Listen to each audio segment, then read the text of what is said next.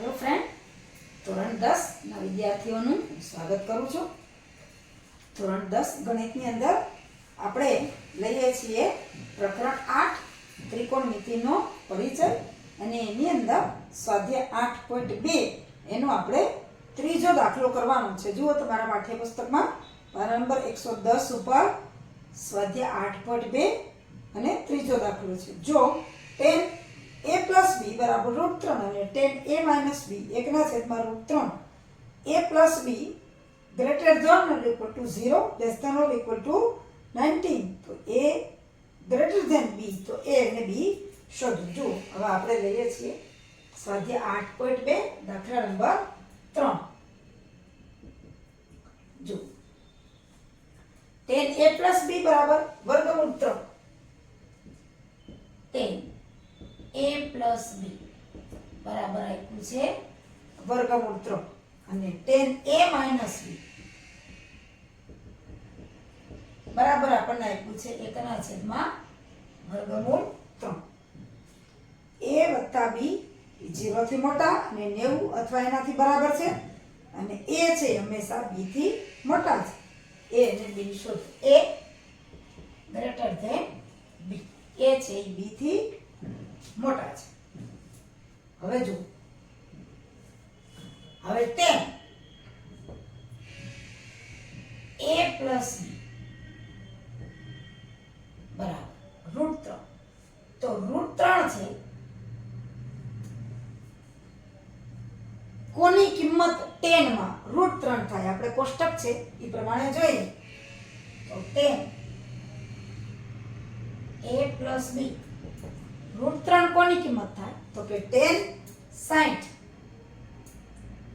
કિંમતોના તમે કોષ્ટકમાં જુઓ તો 10 60 ની કિંમત √3 થાય. હવે બે બાજુથી 10 કાઢી નાખીએ આપણે તો આવશે a plus b બરાબર 60. સમીકરણ આપણે 1 કહીએ. હવે બીજું સમીકરણ છે આપણી પાસે કે 10a minus b બરાબર 1/√3 આપણને ખબર છે 1/√3 10 માં આપણે જ્યારે કિંમતો કોષ્ટકમાં જોઈએ ત્યારે 10 ની કઈ કિંમત માટે 1/√3 આવે તો કે 10 30 ની કિંમત માટે એટલે કે 10a minus b બરાબર 10 30 એટલે કે 30 10 30 ની કિંમત માટે 1/√3 આવે. હવે આના ઉપરથી 10 10 બે જગ્યાએ નીકળી જાય તો a minus b બરાબર આવશે 30.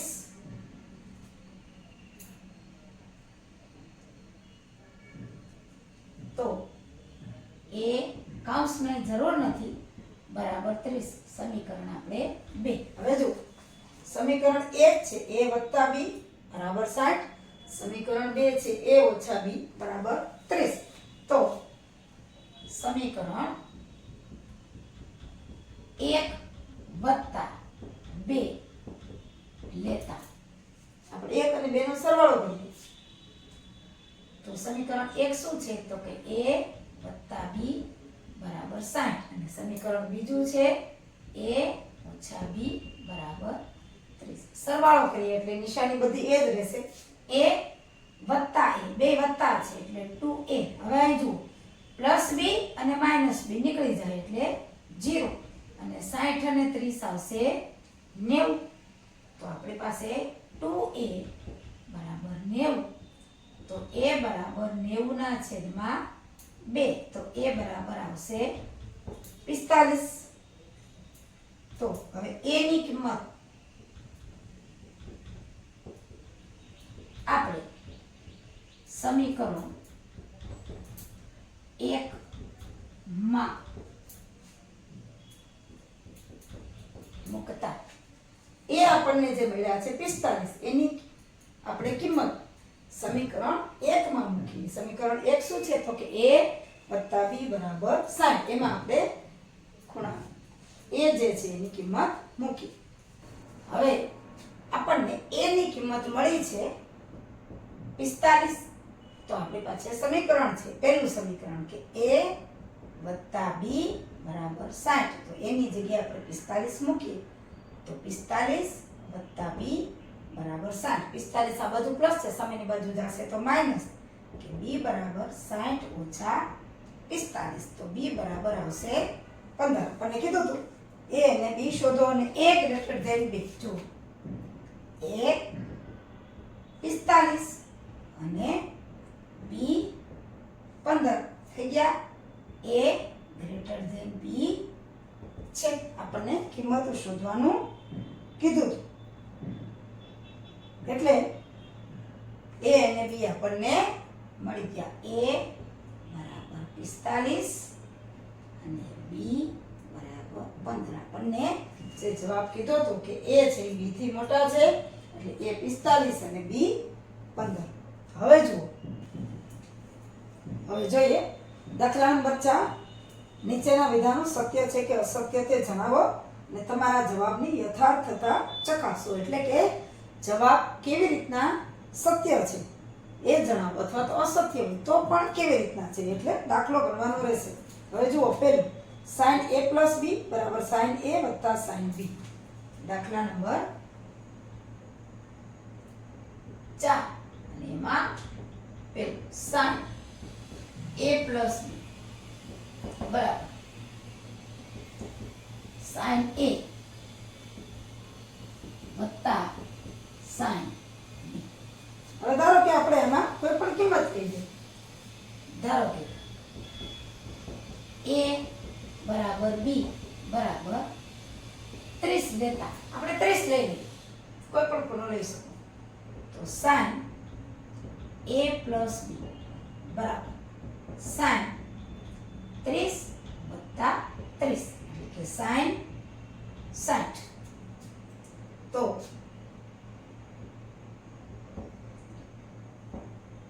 sin 60 ની કિંમત આપણને ખબર છે, √3 ના છેદમાં 2 એટલે કે sin a plus b બરાબર √3 ના છેદમાં 2. અને પરિણામ 1 આપણે કહીએ. હવે આ બાજુથી લઈએ, હવે લઈએ sin a વત્તા sin b. એમાં આપણે a અને b ની કિંમત મૂકવાની છે, એટલે sin 30 વત્તા sin 30.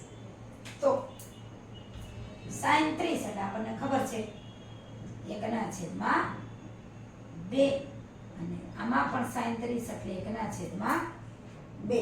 એટલે 2 લસા નીકળશે, 1 વત્તા 1 બેયનો સરવાળો, એટલે કે 2 ના છેદમાં 2 એટલે કે 1. એટલે કે sin 30 વત્તા sin 30 બરાબર 1 આપણે કિંમત આવે છે. હવે જોઈએ sin a plus sin b. આપણે હમણાં જોયું sin a plus sin b એની કિંમત આપણને મળી 1, આને કહીએ પરિણામ 2. તો પરિણામ 1 શું છે?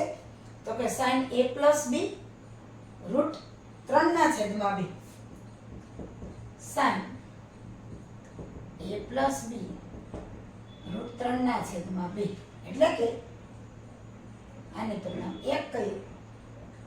પરિણામ 1 અને 2 પરથી √3 ના છેદમાં 2 is not 1, કારણ કે આ બે સરખા નથી. આગળ જે પરિણામ 1 લીધું છે અને આ જે બીજું પરિણામ આવ્યું બે સરખા નથી. એટલે કે વિધાન, આપણે જે વિધાન આપ્યું, કયું વિધાન? કે sin a plus b બરાબર sin a plus sin b. વિધાન કેવું છે? અસત્ય છે, એટલે કે ખોટું છે, બે સરખા થતા નથી. ચાલો હવે લઈએ બીજું. શું કીધું છે બીજામાં? જેમ જેમ થીટાનું મૂલ્ય વધે તેમ તેમ sin થીટાનું મૂલ્ય વધે છે. હવે એમાં જુઓ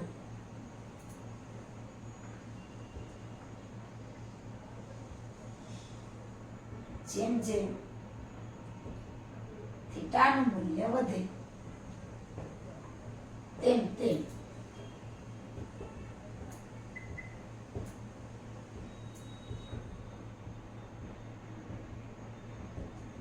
હવે જો આ વિધાન આપણે લખ્યું છે. હવે આપણે અહીંયા કિંમત લઈ લે કે sin થીટાનું મૂલ્ય 0 થી 90 સુધી શું થાય છે. તો sin થીટાનું મૂલ્ય sin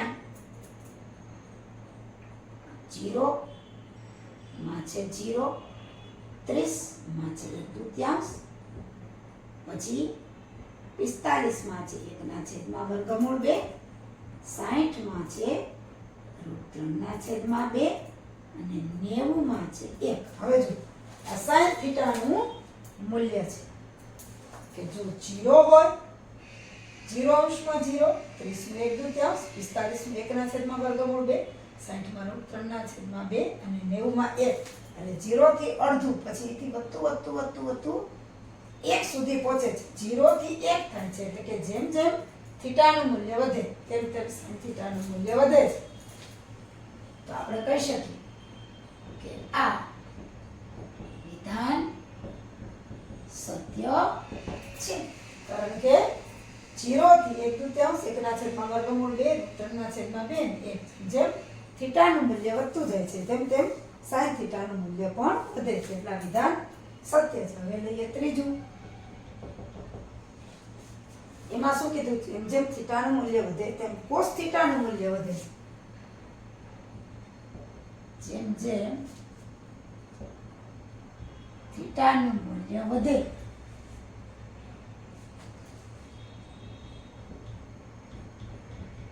તેમ તેમ cos થીટાનું મૂલ્ય વધે છે. આ વિધાન છે. હવે આપણે જેવી રીતે sin નું જોઈએ એવી રીતે cos નું જોઈ લઈએ કે cos થીટા 0 તો 1 આપણને ખબર છે કે આનું ઉલટું જ છે. 0, 30, 45, 60 અને 90. 0 માં 1 છે, 30 માં √3/2 છે, 45 ના 1/2 છે, 60 માં 1/2 છે, 90 માં 0 થાય છે. બરોબર આનું ઉલટું છે. મેં કીધું એમ. તો જુઓ અહીંયા શું થાય છે? 1 છે એમાંથી ઘટે છે અને છેલ્લે 0 થાય છે. એટલે આ વિધાન છે કે વધે છે વિધાન ખોટું છે. તો આ વિધાન અસત્ય છે, કારણ કે જેમ જેમ થીટાનું મૂલ્ય વધે છે તેમ તેમ cos થીટાનું મૂલ્ય ઘટે છે, પણ વધતું નથી. 1 માંથી 0 થાય છે એટલે એનું મૂલ્ય ઘટે છે. હવે ત્રીજું વિધાન આપણે લીધું. હવે ચોથું, થીટાના દરેક મૂલ્ય માટે sin થીટા બરાબર cos થીટા થાય. એ રીતના જુઓ, પહેલું વિધાન અસત્ય છે, બીજું વિધાન સત્ય છે, પાછું ત્રીજું વિધાન છે એ અસત્ય છે. ચોથો દાખલો છે એનો ચોથો પેટા વિભાગ આપણે આવ્યા છીએ. શું કહે છે ચોથા વિભાગમાં? કે થીટાના દરેક મૂલ્ય માટે sin થીટા બરાબર cos થીટા થાય. જો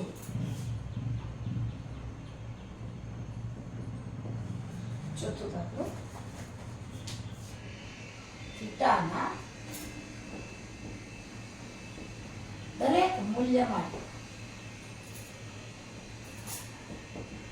sin થીટા બરાબર cos થીટા. હવે જોઈએ આપણે. હવે અહીં sin થીટા અને cos થીટાના મૂલ્ય લખી નાખીએ એટલે આપણે તરત જ ખ્યાલ આવે. સૌથી પહેલા તો 0, 30, 45, 60 60 અને 90. હવે અહીંયા sin થીટા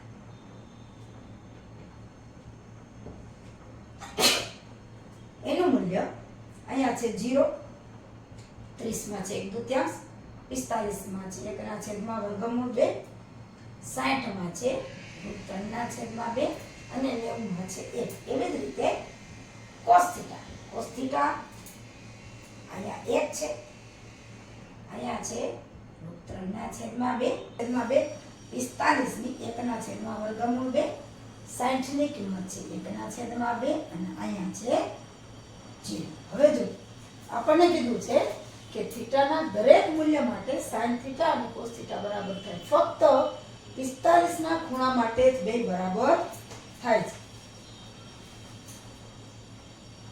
થીટા બરાબર 45 હોય તો જ sin થીટા બરાબર cos થીટા થાય છે. પરંતુ બાકીના બધા જ ખૂણાઓ માટે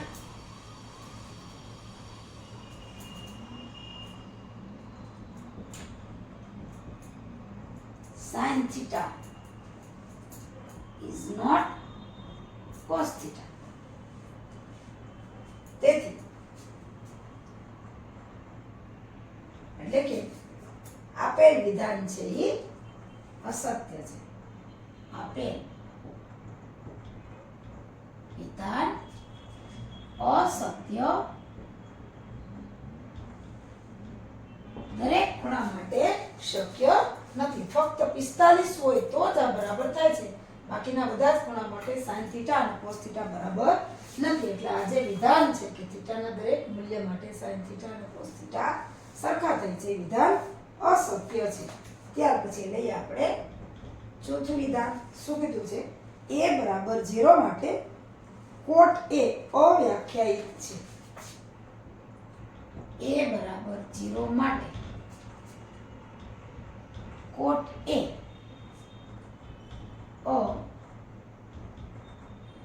અવ્યાખ્યાયિત છે. તો આપણે cot છે આપણને ખબર છે tan નું વ્યસ્ત છે અથવા તો cos ના છેદમાં sin છે. તો cot થીટા ની કિંમત કાઢી લઈએ.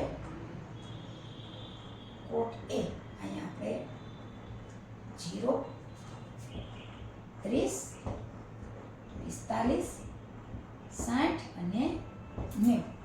હવે cot છે એ tan નું વ્યસ્ત છે ને અહીંથી જ તમે જોઈ લો તો cos છે એના છેદમાં sin આવે તો 1/sin આવે 0 માટે. છેદમાં જ્યારે શૂન્ય હોય ત્યારે પદ અવ્યાખ્યાયિત કહેવાય. એટલે અવ્યાખ્યાયિત છે. પછી 30 માટે તો એની કિંમત છે 3, 45 માટે 1 છે, 60 માટે 1/√3 છે અને 90 માટે છે 0 છે. એટલે આપણને કીધું કે a બરાબર 0 માટે અવ્યાખ્યાયિત છે. તો cot 0 બરાબર અવ્યાખ્યાયિત છે. એટલે આપેલ વિધાન સત્ય છે. આ વિધાન છે એ સાચું છે.